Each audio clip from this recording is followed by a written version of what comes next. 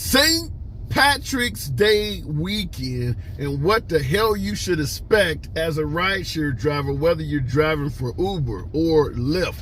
What up, folks? Once again, it is your boy Tim with another ride sharing video. Been in the business off and on as a rideshare driver since 2014, so I have seen a lot of St. Patrick's Day weekends. You know, oftentimes there's surge pricing. You get a few good tips and things like that, but we're going to be talking about what drivers should expect on St. Patrick's Day weekend.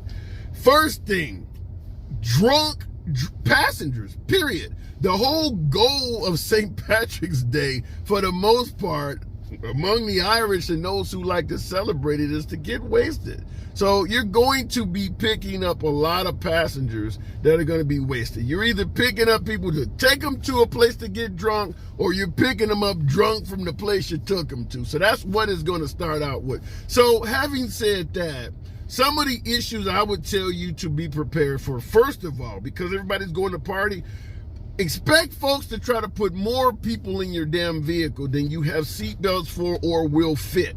So be prepared for be prepared to have to tell passengers no, and what often comes with that, which are oftentimes aggressive and angry passengers. Next, what do I say in a lot of my videos when it comes to doing this? Be strapped. Weapons, mace, whatever you feel comfortable with, but understand you're out here at night, you're dealing with passengers that are under the influence, and often most of these trips are going to have multiple people in the vehicle. Be ready for whatever may take place. I understand it might sound a bit harsh, it might sound a bit bombastic, but this is what we deal with as rideshare drivers. So certainly be prepared to defend yourself with more than just conversation if it comes down to it. Nevertheless, it does not hurt to have good verbal judo skills. And what I mean by verbal judo is knowing how to de-escalate aggressive, angry passengers.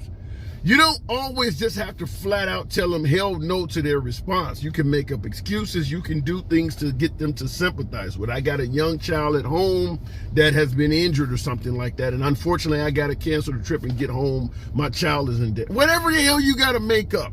But understand verbal judo in knowing how to de-escalate situations can not only save you from getting bad ratings or bullshit reports from drivers that want to have you terminated, it can also save you from having somebody try to whoop your ass from behind you. And that happens in a hell of a lot of trips. So be prepared for that, particularly on a day when the entire goal is to get wasted. Next, obviously, with folks indulging in alcohol to excess, there is going to be the possibility of folks vomiting, throwing up in your ride. So be prepared for that as well. If you get somebody in your car that is starting to look woozy in the eyes or whatever, you're better off stopping the vehicle, opening up the door and telling them, listen, you know, whatever the case may be. Don't just keep driving. A lot of drivers sometimes see someone that's looking like they may throw up and make the attempt to rush that passenger to their destination to try to get them the hell out of the car. Well, you're driving fast, the car's bumping around, and that's not going to be good for somebody that's already about to toss their damn cookies. You're driving, you know, the car's moving back and forth, swaying the passenger even more aggressively. So trying to get them from point A to point B expeditiously could actually trigger the vomit to come up. So be prepared when you're picking up drunk folks. If you want to keep some extra, you know, paper bags or something on hand for people to puke in, that wouldn't be a bad idea. Certainly you want to put down some plastic mats or something like that, but tonight is the night that could certainly happen. Now, obviously, Uber and Lyft sometimes, and I'm put emphasis on sometimes, they will cover the cost of getting your car detailed after somebody vomits in it. But I've done videos, that is not always guaranteed.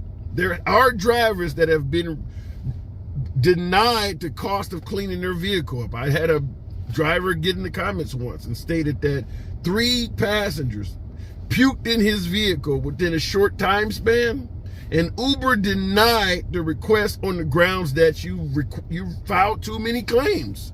Just said, screw it, you've asked too many times. So that driver is stuck with a car that smells like yesterday's lunch that he has to clean up himself. And obviously, anytime somebody pukes in your damn car, you're out of service for the rest of the afternoon or the rest of the evening. Somebody puke in your car at 8 o'clock. I mean, are you going to be able to clean that shit out and keep going? If so, God bless you. God bless you. But nevertheless, be prepared for aggressive passengers that do not like to hear the word no. Certainly be prepared for passengers that are going to ask you to do shit that you don't feel you should have to do or is above and beyond your duty, such as extra stops. You pick up someone, you go to a bar to pick up 2 or 3 people, and they all may want to go to different locations. Stuff like that. Now, hopefully, on a night like St. Patty's Day, there's going to be some generous folks, and it may lead to a few more tips. Certainly in my market, and I'm in a smaller market right now, that's been my experience over the years in every market, that on St. Patrick's Day I get a few more tips. Let me know what it's like in your market, though. What are the best days, best holidays that you have seen in regards to tipping? Thanksgiving, there's a crowd on Thanksgiving. Certainly July 4th has a nice crowd. What is the day you have seen where tipping is the best? And that obviously varies from market to market. But St. Patty's Day, everybody's drunk. I have seen tipping a bit better, but oftentimes that is because of what I just stated, and that is passengers asking for all sorts of requests that they have no entitlement to, such as, can I put an extra person in your car? Can you stop over here to pick up my girl? We're on our way to the club. You're going to get multiple stops. You're going to get multiple stops on a night like tonight. So just understand, telling passengers no comes with oftentimes negative outcomes, such as them filing false reports to Uber or Lyft trying to get you canned. So be ready for that. Other than that, on a night like this, I assume there are some benefits such as surge pricing. They're already offering guaranteed bonuses in my market, so the pay is a bit better because there's going to be a lot of passengers. So things like that are already going on. But what's happening in your market? I'd be curious to know if you've seen any type of surges, any type of streak bonuses, or anything like that happening.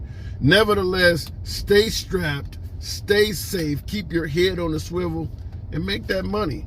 Once again, it is your boy Tim. Subscribe to the damn channel. I'll see you in the next one.